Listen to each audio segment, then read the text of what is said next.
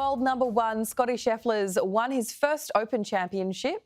It was a comfortable four-shot win in the end, but there were a few nervous moments before the American claimed the fourth major of his career. The scene set and a familiar question lingered. Could anyone catch Scottie Scheffler? The first hint of an answer came with his second shot of the final round. You see it time and time again, the distance control, and now the direction is perfect. Oh, Scottie Scheffler. A four-shot lead to start and quickly growing. Birdies at the first, fourth and fifth took the three-time major champion to 17 under with an 8-shot advantage. It's perfect golf. Trying to compete with the world number one is proving no easy task, even for Masters champion Rory McIlroy, who finished 10 under after a 2-under par 69. It was on a darn good line, wasn't it, considering you couldn't see where the flag was. The best round of the day belonged to big-hitting Bryson DeChambeau, a 7-under par 64, but even he was too far back to worry Scheffler. What a shot. It seemed the only thing that could stop the game's best player would be the man himself. How did that happen? A moment of concern at 6. Still, he managed to make par. I can't quite believe it. Another mistake at the 8th. This one a little bigger. Wow, that seemed unnecessarily aggressive there. A double bogey, and the lead was reduced to 4. But no one bounces back like Scheffler. Oh, what a shot. Back to business for Scottie Scheffler. Playing partner Hao Tong Lee never really threatened on the final day. A final round 70 to finish 11 under in his first major in 3 years. Well, that was a Mendes dance again, you saw. The back nine was typically mistake-free from Scheffler. A lone birdie at 12, safely to the 72nd hole. The claret jug being prepared before a moment of appreciation from the Royal Portrush Gallery. It is the greatest walk in golf, and if you have a four-shot lead, you can enjoy every single step of the way. Par to finish in a final round 3 under 68. The champion golfer, Scottie Scheffler. He felt in his career, and you certainly felt today, it was only a matter of time. A 4-shot victory, a 4th major, and it seems we're only just beginning. Jeff Smith, Fox Sports News. So Scheffler at 29 becomes just the 4th player to win a Masters PGA Championship and the Open before turning 30.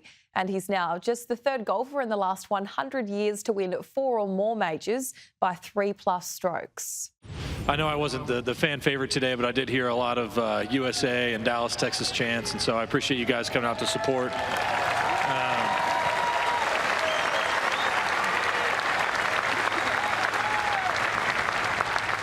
Yeah, but overall, it's been a great week. The fan support all week was tremendous. You know, it was a ton of fun to get to play here. I got to play with Shane the first couple of days, and you guys coming out and supporting Shane the way you did was really special. And what an amazing week. I wish I could have seen more of the town, but it was a bit of a business week, just home and the golf course. But overall, was a ton of fun. And is that booze or is that good cheers? Couldn't tell. No, it was a tremendous week, and I look forward to hopefully bringing the Open back here, and you know, I look forward to seeing some of you at Birkdale next year. So all the best. Thank you, guys. Easy question to go back to that quote earlier this week about it's going to be awesome for 2 minutes to win the Open. Obviously, your name appears now alongside some of the great names of this sport.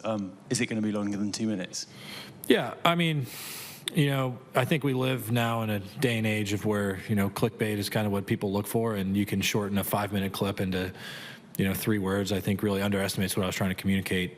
You know, maybe I didn't do as effective of a job of what I would have hoped to in communicating that, but, you know, at the end of the day, I have a tremendous amount of gratitude towards moments like these. You know, I've literally worked my entire life to become somewhat good at this game, to be able to play this game for a living, and it's one of the great joys of my life being able to compete out here, and to be able to win the Open Championship here at Portrush is a feeling that's really hard to describe. You know, I'm very fortunate to be able to come out here and live out my dreams. You know, I grew up a kid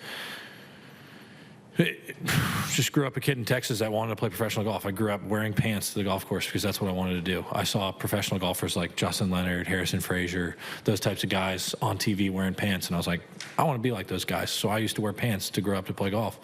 And it'd be 100 degrees out. I'd be way too hot. People would make fun of me. But that's what I wanted to do. I wanted to be a professional golfer, so I wore pants. And I don't know why I'm so lucky that I get to live out my dreams, but it's something that I'm very grateful for. And so if somebody's going to listen to the comments I had this week, I would encourage them to listen to all of it. And hopefully I did a good job of communicating that, yeah, this is amazing to win the Open Championship, but at the end of the day, having success in life, whether it be in golf or work or whatever it is, that's not what fulfills the deepest desires of your heart. Am I grateful for it? Do I enjoy it? Oh my gosh, yeah, this is a cool feeling. I can't wait to get home and celebrate this championship, with the people that have kind of helped me along the way. But at the end of the day, it doesn't fulfill the deepest desires of my heart. And but it's just tough to describe when you haven't lived it. Something I actually talked to Shane about this week was, just because you win a golf tournament or accomplish something, it doesn't make you happy. It doesn't. Maybe for a few moments, maybe for a few days, but at the end of the day, there's more to life than playing golf. But I'm pretty excited to go home and celebrate this one. Congratulations, Scottie. I don't know if you saw that Tiger's first major win to fourth major win and your first to fourth were both 1,197 days apart. And then Bones made a comparison on the broadcast this week. What does it feel like to know that those comparisons are kind of getting louder and louder? I mean, I still think they're a bit silly. Tiger won, 15 majors? It's my fourth. Just got 1/4 of the way there. So I think Tiger stands alone in the game of golf. He was inspirational for me growing up, and he was a very, very talented guy, and he was a special person to be able to be as good as he was at the game of golf. And I don't focus on that kind of stuff. That's not what motivates me. I'm not motivated by winning championships, and I don't look at the beginning of the year and just say, hey, I want to win X amount of tournaments. I want to win, whatever it is. I don't do that. I have dreams and aspirations that I think about, but at the end of the day, when I wake up and to practice, I feel like what motivates me is just getting out and, getting to live out my dream. I get to play professional golf, and I feel like I'm called to do it to the best of my ability. And so when I wake up in the morning, I try and put max effort in each day. I get to go out and practice, and when I'm working out, when I'm doing the cold tub and doing recovery, I feel like I'm just called to do it to the best of my ability. And outside of that, I don't place much emphasis on winning tournaments. I don't place much emphasis on things that I can accomplish. It's just mostly about putting in the proper work and coming out here and competing. Scott, one serious and one slightly flippant question. The first one, as you came up the 18th, they cut to pictures of your Bennett, and he was clapping as you came up.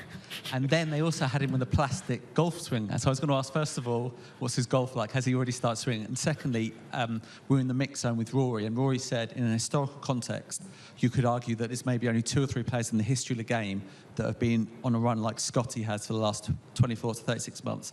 It's incredibly impressive. Do you feel that, and what's your response when Rory says things like that? Well, I guess I'll start with the first part. Showing images of Bennett. Yeah, he was clapping. Sometimes he claps when he hits a golf ball himself. We tried to show him the sign for more food, but he just thinks it's claps. So that it also means more food. So maybe he was hungry. I don't know. But actually, I have one nephew who's completely obsessed with golf, kind of like how I was at a young age. And we were in the backyard. I think it was maybe during Colonial, maybe it was a little earlier than that, but actually it was during my sister's bachelorette party. So my brother-in-law came and stayed with me with his 2 kids, and Hayes was back there just hitting golf ball after golf ball, and Bennett loves older kids, and so he just kind of looked at him and was like, hey, I want to try that. So he sat down and started swinging the club back and forth, and so I put a golf ball down and he hit it. And to be able to occupy a 1-year-old with anything is probably a pretty good thing for them to be able to just focus on, and he likes it, and he doesn't know what a golf ball is, but he's either eating his golf club or he's hitting something with it, whether it be a piece of furniture or sometimes other kids. We're working on it. But then, so yeah, it's pretty special to be able to celebrate here with my family, and I hope Bennett's able to get into golf one day. The game of golf's taught me a tremendous amount. I feel like every day you go out and play golf, you're looking in the mirror, and I met some of my best friends through the game of golf, and it's a very special game.